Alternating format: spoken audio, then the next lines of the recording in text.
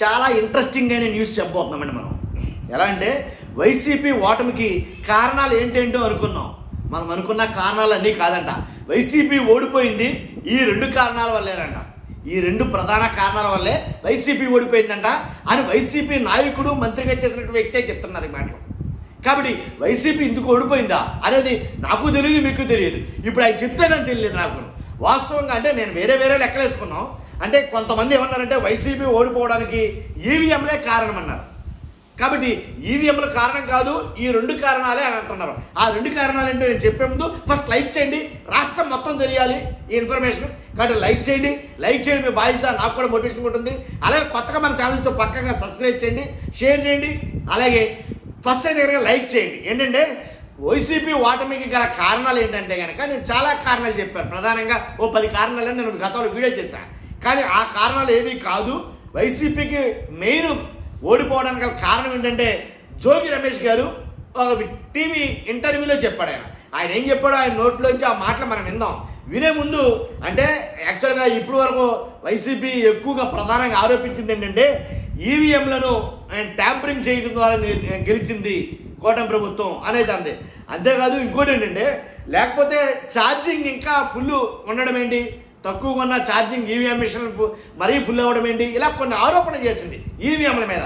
మీరు గెలిచింది ఈవీఎంలతోనే అనేది కానీ ఇప్పటి వరకు చెప్పుకుంటూ ఇచ్చారు. ఈవీఎంలు కాదు, వైసీపీ నాయకులు చెబుతుంది ఏంటంటే ఒకసారి ఆయన ఏం మాట్లాడాడో విందాం. విన్న తర్వాత మిగిలిన మాటలు మాట్లాడుకుందాం.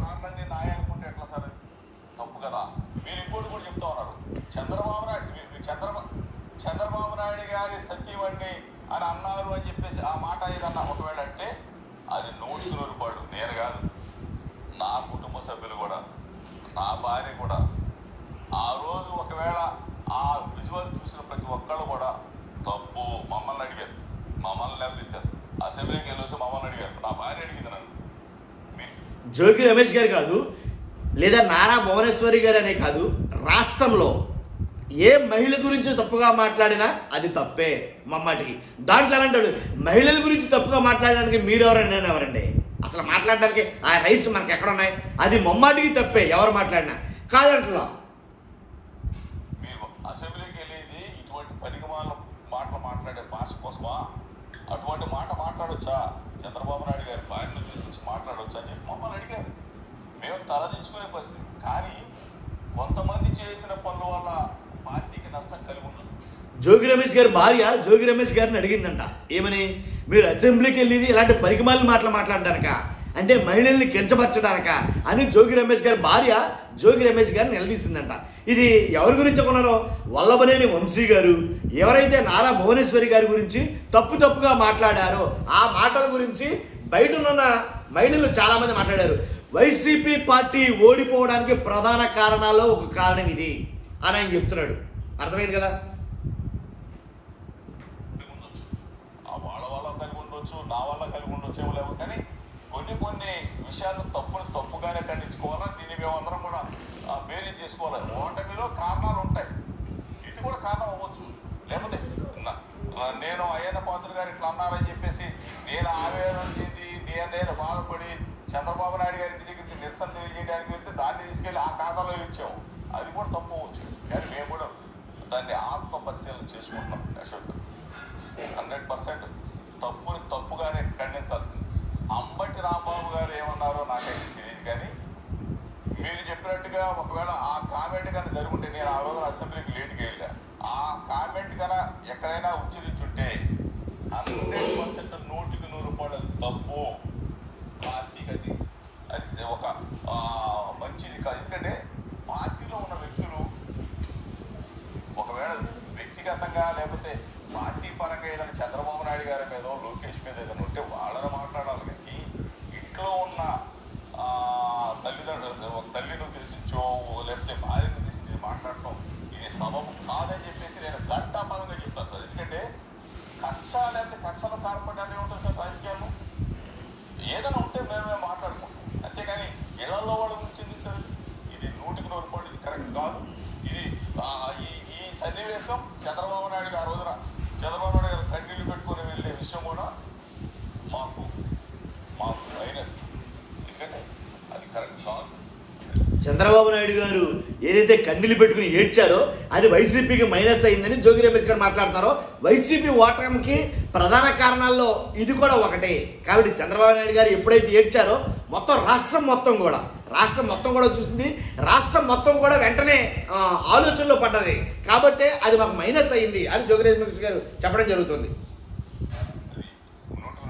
ఎవరేమనుకున్నా సరే నేను చెప్పాను సార్, జగన్ గారికి అసలు ఈ విషయాలు తెలియదు సార్. జగన్ గారు ఇది కూడా మనం దృష్టిలో ఉంచుకో. అక్కడ జరిగింది అదేమి మనం మైక్ తీసుకొని మాట్లాడే విషయాలు కాదు.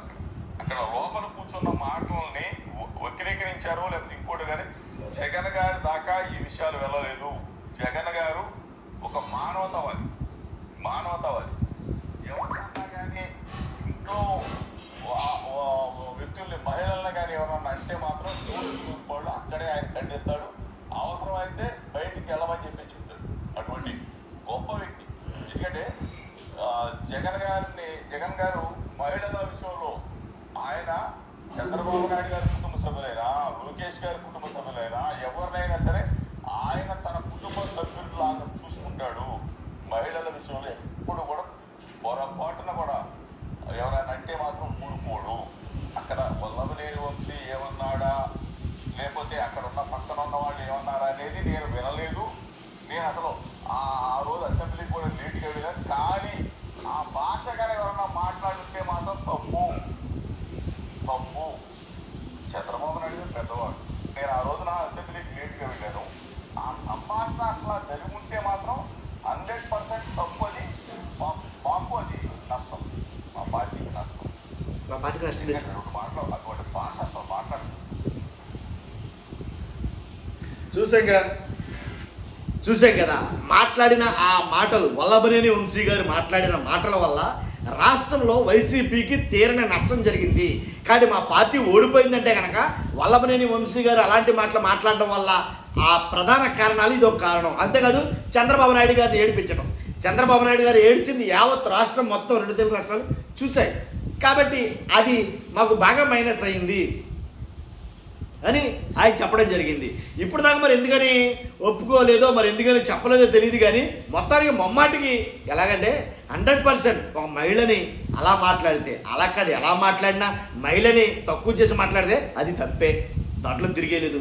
అంటే ఒక మహిళ ఉసురు తగిలి వైసీపీ పార్టీ ఓడిపోయిందంటారా? ఆ మహిళ ఉసురు తగిలే వైసీపీ పార్టీ ఎక్కడో 150 పైగా ఉండే స్థానాల్ని 11 స్థానాలకు పడిపోయిందంటారా ఏంటి అనేదే మీరు నాకు చెప్పాల్సినటువంటి విషయం. కాబట్టి ఖచ్చితంగా వైసీపీ ఓటమికి ఈవీఎంలు కారణం కాదు, ఈవీఎంలు ట్యాంపరింగ్ కారణం కాదు. ఏంటి ప్రధానమైన కారణాల్లో ఈ 2 చేర్చొచ్చు అంటారా? ఈ 2 ప్రధాన కారణమా? ఖచ్చితంగా మీ అభిప్రాయాన్ని తెలియజేయండి. ఎందుకంటే ఇప్పుడు రాష్ట్రంలో ఎక్కువగా ట్రోల్ అవుతున్నటువంటి వీడియో, సర్క్యులేట్ అవుతున్నటువంటి వీడియో ఇది.